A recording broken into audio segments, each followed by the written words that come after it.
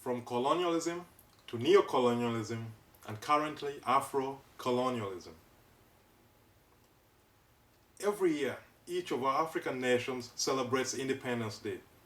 Have you ever paused and asked yourself, independence from what? Independence from what? For decades, we have blamed the Western world for the economic, for the political, and for the social turmoil on the continent of Africa. Pundits, scholars, and naysayers have pointed at colonialism as a period of Western dominance, as a symbol of Western superiority, and neocolonialism as the invisible arm of the global market, the invisible arm of the global economy. As these continue to cast African nations and the developing world at the bottom of the food chain, at the foot of the pyramid of progress. Today, Africa contains 53 independent and sovereign nations, most of which still maintain the borders sketched out during the partition of Africa and the era of European colonialism. Africans took to the streets and celebrated as many of their mother nations were granted independence. They beat their drums, they sang their songs, they danced in the streets for this historical achievement. Egyptians celebrated their independence in 1951. Ghanaians, 1957. Guinea, 1958. Chad, Benin, Nigeria, Central African Republic, Ivory Coast, Mali, Senegal, Burkina Faso, Togo, Zaire, Somalia, Congo, Gabon, celebrated in 1960. The people of Sierra Leone celebrated their independence in 1961. Algeria, Rwanda, Uganda, Burundi, 1962. Kenya, Tanzania, 1963. Malawi, Zambia, 1964. The people of Gambia celebrated in 1965. Botswana, 1966. Equatorial Guinea, Swaziland, they were celebrating in 1968. The people of Angola, the people of Mozambique were celebrating in 1975. Djibouti, 1977. Zimbabwe, 1977. Zimbabwe, they were celebrating in 1980. I beg your pardon. Namibia, 1990. And in 1994, which marked the end of apartheid, the people of South Africa were celebrating their independence from apartheid. The people were running in the streets.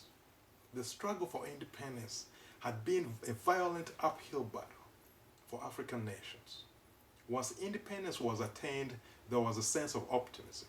There was a feeling of hope. There was a sense of unity and nationalism. That once again, we were one. That once again, we were one people. That once again, we had the keys to our destiny. That once again, the winds of freedom were guiding us towards the island of hope.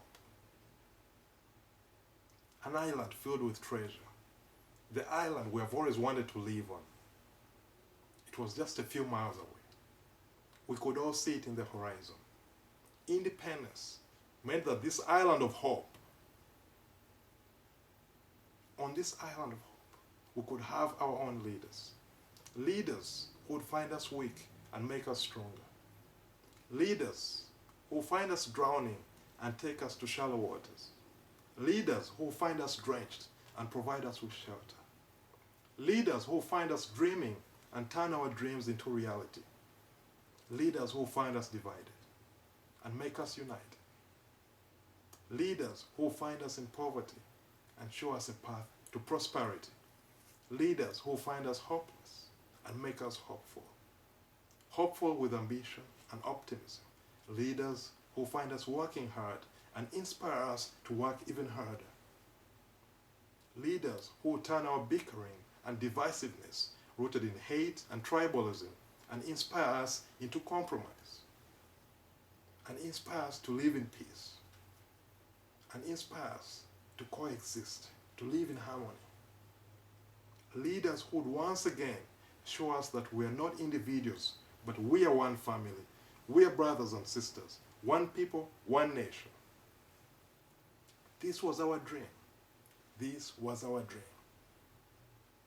However, once the keys were handed to us, we didn't know how to drive the car. We didn't know how to drive the car. Crashing was inevitable. The post-colonial era was marked by instability, corruption, violence, authoritarian regimes. Many of the young independent states could not sustain a stable democratic government.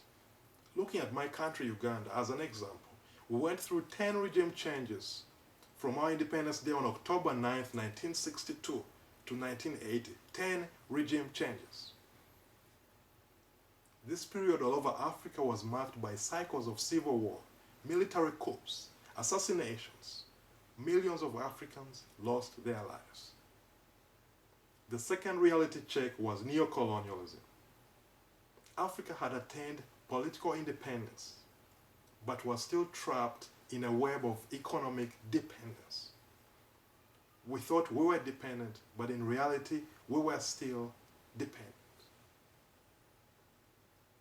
Iconic Pan-Africans, including Kwame Nkrumah, Julius Nyerere, Jomo Kenyatta, voiced their concerns about neocolonialism. And Kwame once said, a state in the grip of neocolonialism is no master of its own destiny. Kwame Nkrumah.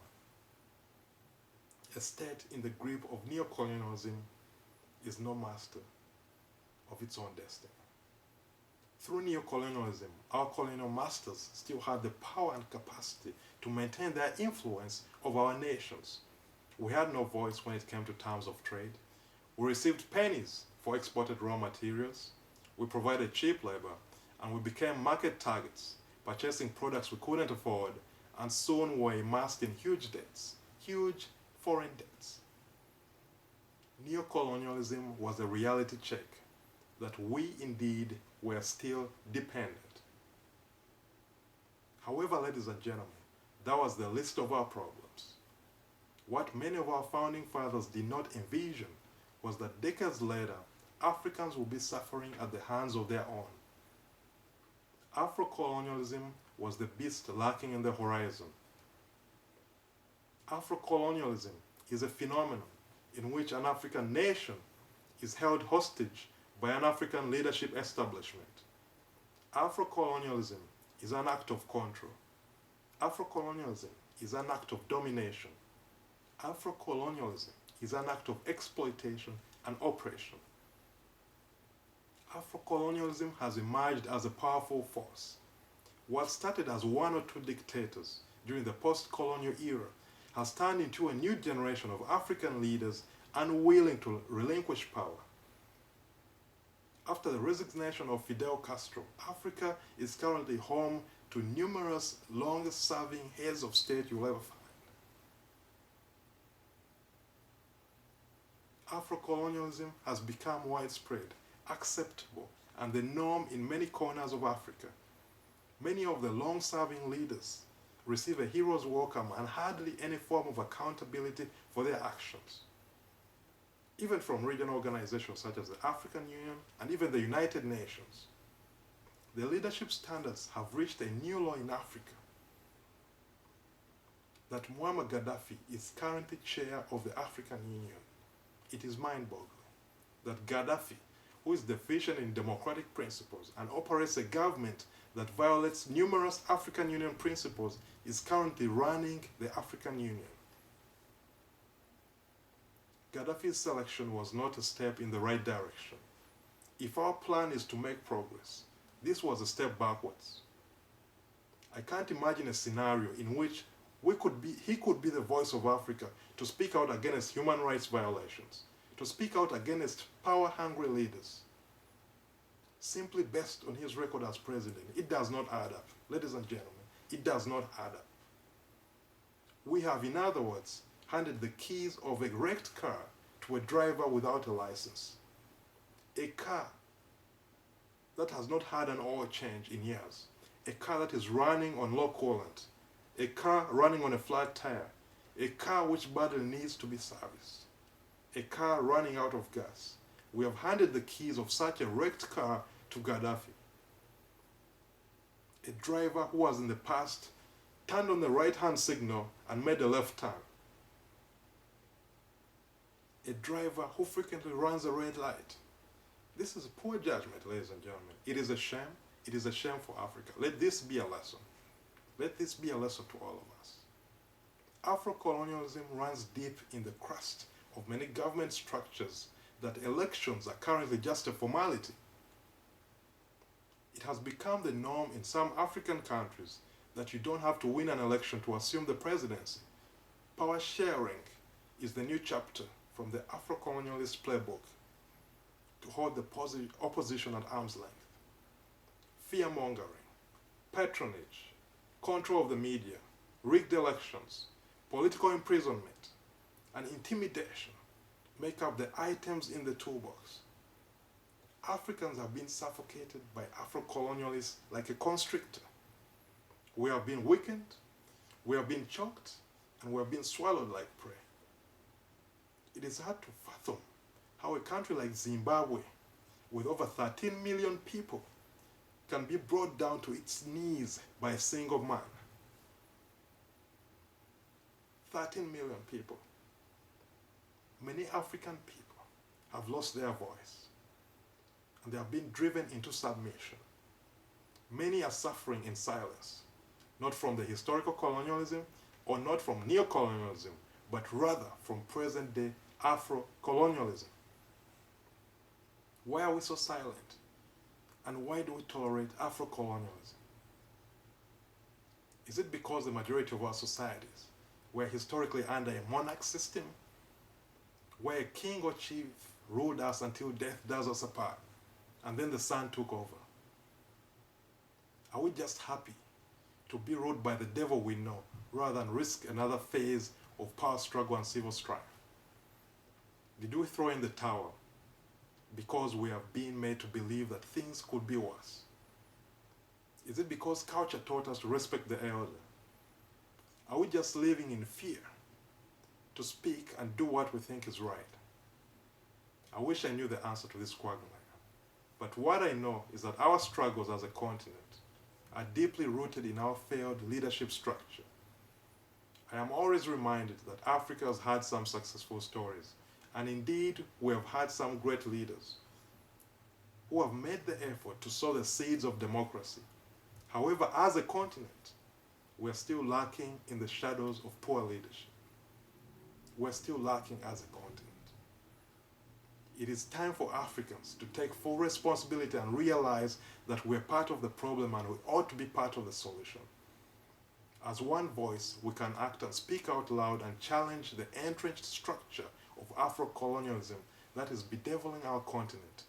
Thousands fought for our independence so that we can live in freedom and form a strong, cohesive nation, nation of the people, for the people, by the people, and nations that listen to the people. They did their part, and now it is our turn to do ours. We have to act soon, we have to act now. As William Shakespeare once wrote, "I wasted time, and doth time waste me now." Our nations have lost decades. Our nations have lost decades to Afro-colonialism, and we badly need a step in the right direction. Otherwise, we will find ourselves saying that we wasted time, that we wasted this opportunity, that we wasted this moment. Let's not live to say that we wasted all this time, and that time doth waste us now. We need to liberate our lands from the grip of Afro-colonialism. We need to liberate Africa from Afro-colonialism. We wasted time. We have wasted a lot of time, but let's not to live to say that time doth waste us now. Let's make hay while the sun still shines.